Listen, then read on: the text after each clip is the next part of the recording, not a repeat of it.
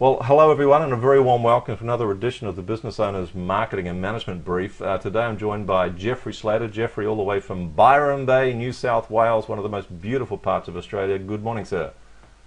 Good morning. How are you? I'm well, and I believe you're a surfer. How was the surf this morning? That's quite good. I enjoyed it. It was working. It's finally we've had some good waves, so it's fun to just get out there and take the time out. So it's been very fun. Cool. Yeah, and isn't it? Jeff and I were talking a little bit before about we both live next to the beach in different parts of Australia, and if you're not doing it, guys, you want to do it because it's really great lifestyle.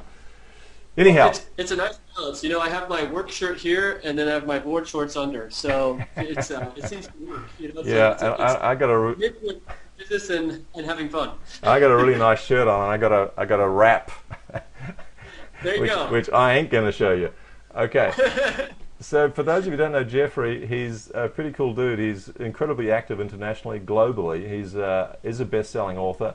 He's an international speaker. He's also a very keen philanthropist, and I think it genuinely wears the label well of thought leader and social entrepreneur, whereas others might pay lip service to that. Jeffrey has his heart and soul and mind into thought leadership and social entrepreneurship.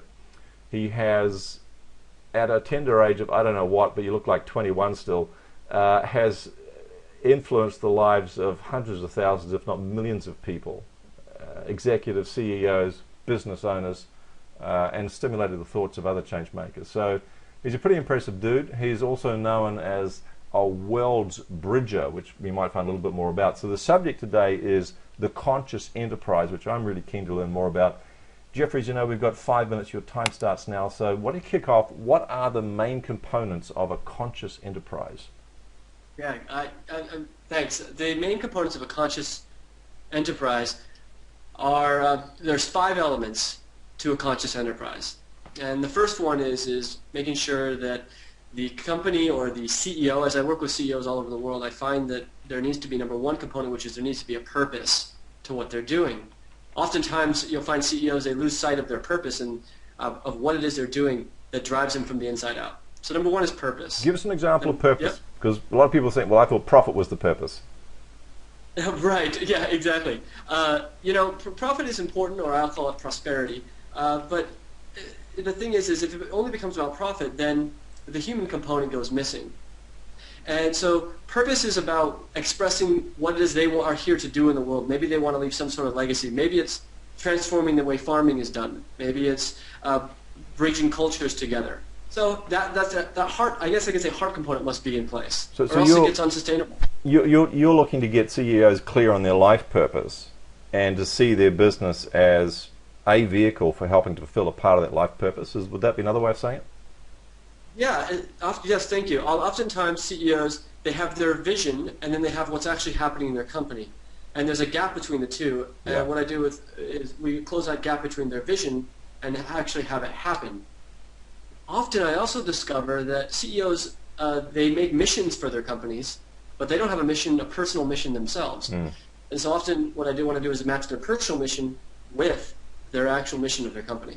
Okay. Now, for anyone that was watching this and thinking this is all a bit airy-fairy, I have seen this stuff transform businesses and transform teams within businesses. It's extraordinarily powerful when someone gets clear about why they're here in the skin on earth and they apply that as a mission to help people within the context of their business. It's incredible. So listen up, folks. Really, you want to listen up. The next thing, so we talk about purpose. You said there's 5. What's next on the list? Yeah, next one is people. So it's been proven that if the people are not engaged, there was a consulting company that went out and researched 360,000 employees in 18 different countries and discovered that engagement in employees increased profits by 90%. I mean, disengagement, engagement in employees increased the profits by 90%, where disengaged employees decrease it by 30%. So the second one would be the people of the company. Okay, and number 3? Number 3 would be the planet itself. So that must be taken into account. It's just as important as people, because the planet, if it's not sustainable and it's not sustainable for the planet, then we won't have much platform to work on, will we? So the planet. So we've got passion, we got people, we got planet. And purpose, people, passion. Sorry, hang on. We got purpose, people, passion, planet. Yep. I'm guessing the next one starts with a P. Yeah, it does. I made 5 Ps here. You know, I actually came up with this with the founders of a company called Organic India, which is a farming company that's done extremely well. They're actually out here in the founders are out here in Byron Bay, but just great people. And this is also coming from experience from my growing up in an entrepreneurial family. I know we only have so much time. 90 seconds. Yeah. The last one is the last 2 is prosperity. It must make a profit. You know, it must make prosperity, but the difference between prosperity and profits is prosperity actually includes the health and vitality of the actual people in the company. And perseverance would be the last one. Yeah, that's the pretty pragmatic one. So what would you say within the context of creating a conscious organization in less than around 55 seconds? What are some of the most important messages for people to hear? I would say the most important message is if they don't contain themselves in the company. What does that mean? Most CEOs go out and they build a business, but then they try and jam their lifestyle into it. Versus design the life that you want that is congruent with what you're here to do on the planet, and build a business and support that. My father was the founder and first CEO of a company called Odesk in Odesk, and is now merged with Elance. And I asked him, I said, if you could redo things, Dad, what would you do? He said, I would have built my lifestyle first. Yeah. And then I would have built my business around it. Okay. Folks, you want more on this because it's good. It's the good oil. It's www.jeffreyslayter.com. Jeffrey,